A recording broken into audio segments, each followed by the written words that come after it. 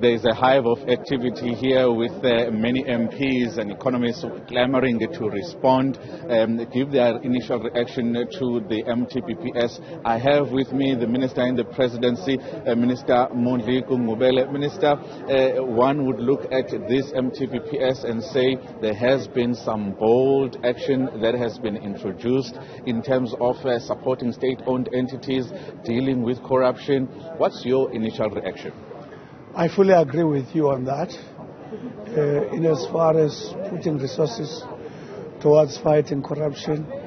That finds expression on additions that go to the police, and also a new injection on the social service area affecting education and health. And one of the major issues is the decision on energy intervention, dealing with the ESCOM debt, where the final decision will be taken this year on how much do we take out of ESCOM in as far as it's concerned. Again, commitment to the infrastructure, which says up to 2025, the ultimate figure of about more than 100 billion going to the infrastructure. Remember, we've agreed that infrastructure is our key lever in turning around our economy. And again, energy is the major issue.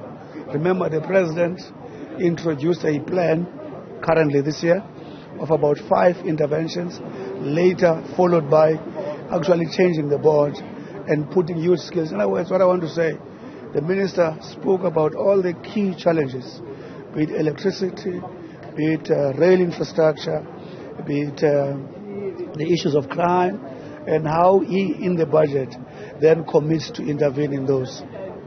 Minister, the issue of the wage bill is a topical one, and the decision to already implement the wage offer of 3%, among other things, whilst there is still talks and mediation from the CCMA, one could expect hardened attitudes, much more hardened attitudes, with public sector unions digging in their heels. Are you expecting them to actually push back and say we are downing tools?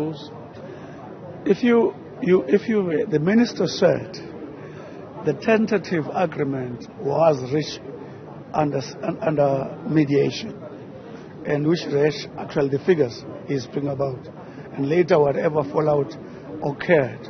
But the big issue here, the Minister budgets so much for wage, and if you can check the percentage of the wage bill as the percentage of the bigger staff in government, it's something that you cannot ignore. Some tough trade-offs have to be done. There's more workers who are unemployed than those who are employed. So when you talk in that context, when you do trade-offs, we need to find a balance between throwing money to invest, to actually multiply the economic activities so that more people can be at work. It is always tough, what we call trade-offs.